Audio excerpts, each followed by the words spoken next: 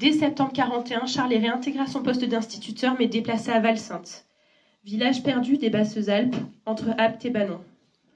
Au vu de la naissance imminente de leur petite Mireille, qui naîtra le 5 novembre 41, et de l'isolement du lieu, il ne fait sa rentrée là-bas avec sa famille qu'en janvier 42.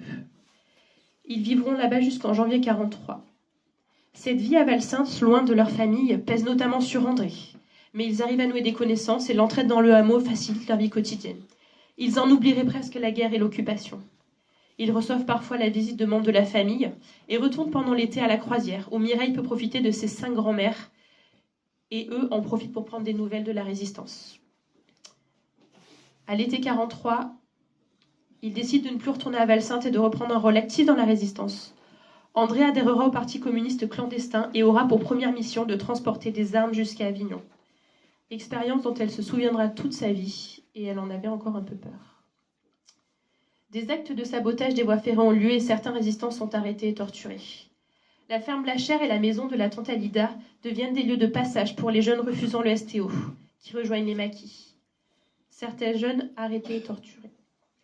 Certains n'ont jamais parlé.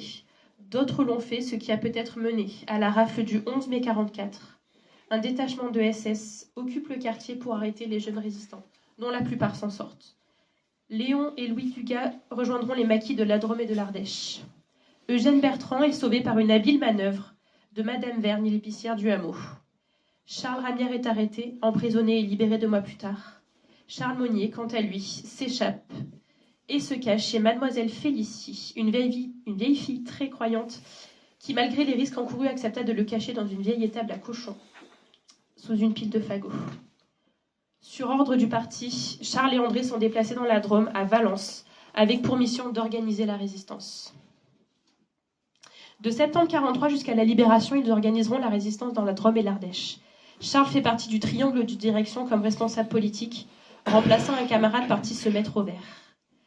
Afin de ne pas être poursuivi par la police de Vichy, car il n'était pas à son poste d'instituteur de Val-Sainte, un médecin de Villeurbanne lui a fourni de nombreux certificats médicaux pour dépression nerveuse, renouvelés à peu près tous les 2 mois.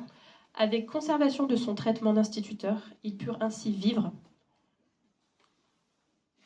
de manière à peu près décente. Et cette ruse fonctionne jusqu'au mois de mai 44. Début mai 44, il passe au triangle interdépartemental Drôme-Ardèche, où il est chargé d'organiser les groupes clandestins, d'assurer leur liaison avec la direction départementale et responsable de la propagande. Il gérait la répartition des tracts dans de nombreuses villes, Valence pour les Valences, Die, Nyons, Donzère, Aubenas, Privas, Saint-Pierreville et Le Cheylard. La plupart de ces déplacements étaient faits à vélo ou en car.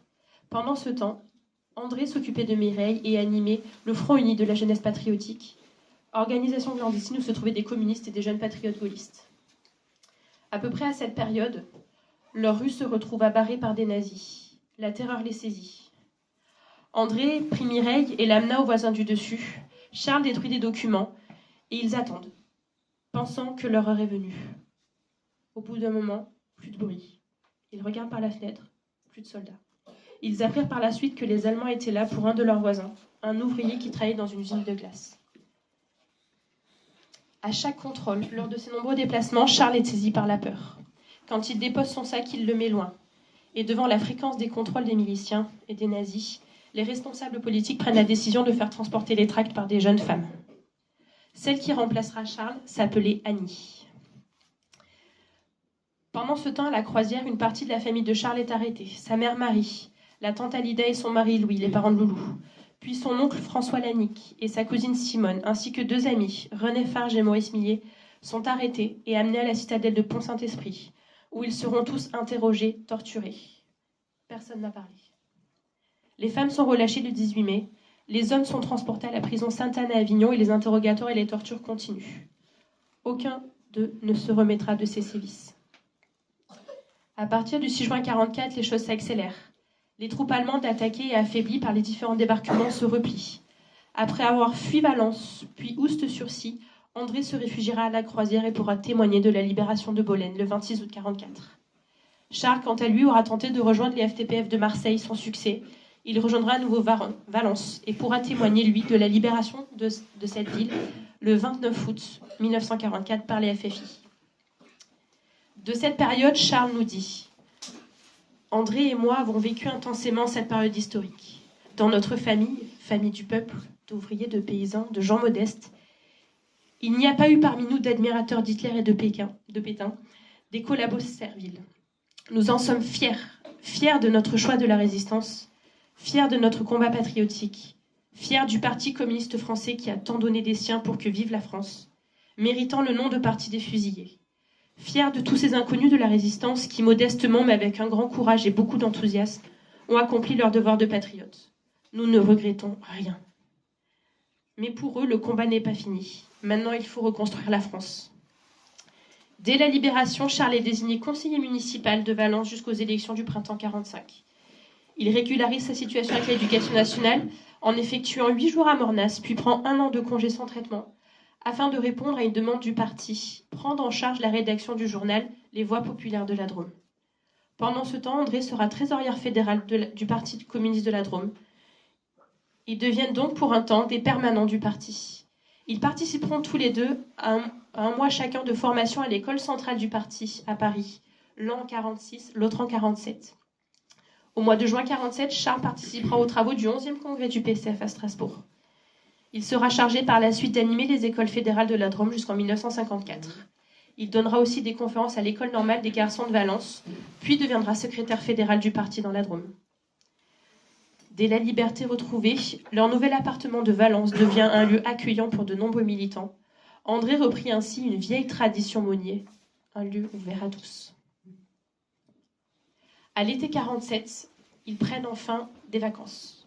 Mireille et ses grands-parents, ils partent donc camper avec des amis.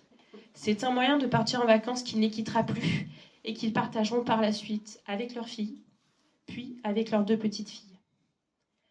De 51 à 58, André est élue conseillère générale de la Drôme, première femme à accéder à l'Assemblée départementale. Au Conseil général, elle se trouvait donc la seule femme, la seule communiste et l'élue la plus jeune, 29 ans. Les autres conseillers ne l'ont jamais fait de cadeau et l'ont parfois malmenée, insultée, voire menacée. Quant à Charles, de 51 à 54, pendant le mandat d'André, il enseigne 1 an à la Cité 4 de Bolène, 1 an à Bourg-les-Valences, puis 1 an à Livron. C'est au cours de ces années qu'il adhérera au syndicat des enseignants, la FEN-CGT. Les vacances d'été du début des années 50 sont l'occasion de retrouvailles à la croisière, avec de grands repas de famille sous les arbres de la grange, qui ont connu fou rire, blagues diverses, batailles d'eau, batailles de tomates, paraît-il, danses et déguisements. Ces vacances étaient aussi l'occasion de périples à vélo et de camping. Mais malheureusement, ces repas cessèrent après le décès de Marie Monnier, le 28 mai 1954.